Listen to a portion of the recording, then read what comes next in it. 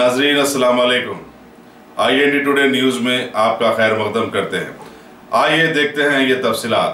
Job Mela అని mega ఉద్యోగ మేళా అని చెప్పేసి వెంకట్ అనే ఆర్గనైజర్ NGO తరఫు నుంచి పెద్దిగారి ఫౌండేషన్ తరఫు నుంచి ఈ రిక్రూట్మెంట్ కోసం నిరుద్యోగులకు ఉద్యోగం కల్పిద్దామనే ఉద్దేశంతో ఒక జాబ్ మేళా ఆర్గనైజ్ చేసింది।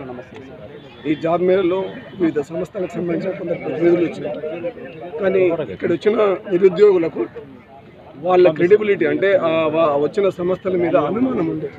వీళ్ళు ప్రాపర్ కాదు, ఈ ఆర్గనైజేషన్లో ఇంకా జాబులు లేవు, మాతో ఆడుకుంటున్నారు, ఆటలు ఆడుకుంటున్న ఉద్దేశంతో వాళ్ళ వచ్చిన నిరుద్యోగులతో వాళ్ళకు అనుమానం ఉండే అనుమానంతో వీళ్ళు ఒక గ్రూప్గా ఆర్గనైజ్ ఈ ప్రొసెషన్ లాగా రోడ్డు మీకు రావడం జరిగింది।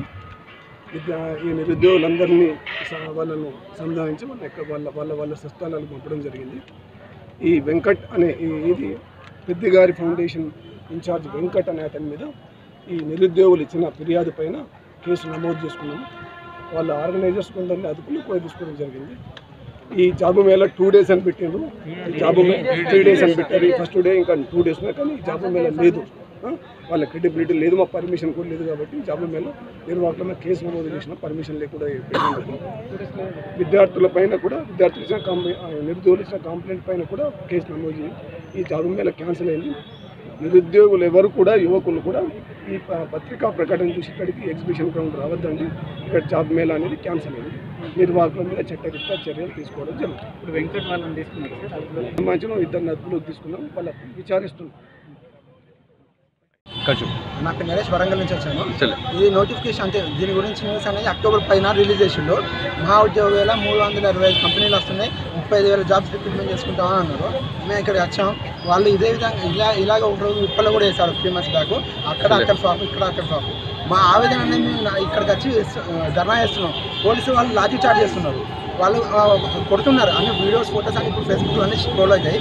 మేము ఇంతమంది ధర్నా చేస్తాం, ఎన్ని ఛానళ్ళలో లైవ్ వస్తుంది, అదే సీఎం కేసీఆర్ కానీ అపోజిషన్ లీడర్ కానీ ఒక హెలికాప్టర్ ఎక్కిందంటే హెలికాప్టర్ ఎక్కిన కాన్సెప్ట్ లైవ్ మొదలు పెడితే అతను దిగి ఎక్కడికో పోయేదాకా వస్తుంది। మొన్న కౌశల్ ఆర్మీ అంటే ఒక కౌశల్ చేశాడు, ఓకే అతను కష్టపడ్డాడు, అతని కోసం 10 రోజులు లైవ్ వాళ్ళకు మీ నిరుద్యోగులకు 4 లక్షల నుంచి 6 లక్షల మంది మీరు రోడ్డు మీద ధర్నా చేస్తున్నాం। ఎన్ని ఛానల్ వచ్చినాయి, ఒక ఛానల్ వచ్చింది, అది మీరు కూడా లైవ్ చేస్తే ఇప్పుడు దీన్ని ఖచ్చితంగా మీరు టెలికాస్ట్ చేస్తారా, అంత తప్పుందా? అదేవిధంగా మొన్న సెంట్రల్ గవర్నమెంట్ స్టేట్ గవర్నమెంట్కి అవసరం లేదా అండి, వీళ్ళిద్దరు మ్యూచువల్ ఉండాలా? సెంట్రల్ గవర్నమెంట్ RRB ఎగ్జామ్స్ ఒక 3 నెలల క్రితమే డేట్స్ అనౌన్స్మెంట్ చేసింది। అదే September 2 నాడు కేసీఆర్ గారు కొంగళూరులో మీటింగ్ ఉందని చెప్పి అతను బస్సులు వాడుకుంటే ఆ రోజు ఒక జాబ్ ఎగ్జామ్ ఉంటే అతను తెల్లారి పోస్ట్పోన్ చేసిండు। October 10 నాడు RRB ఎగ్జామ్ ఉందని ఓయూలో 1000 మంది ధర్నా చేస్తే ఒక వ్యక్తి సూసైడ్ చేసుకుంటే మీకు అవసరం లేదా స్టూడెంట్స్ నుంచి? అది గవర్నమెంట్ కాదు, అది ప్రైవేట్ ఆర్గనైజేషన్, సెంట్రల్ గవర్నమెంట్ మీ అవసరం కోసమో ఎగ్జామ్ పోస్ట్పోన్ చేస్తూ ఒక్కొక్కరు సూసైడ్ చేసుకున్నాను।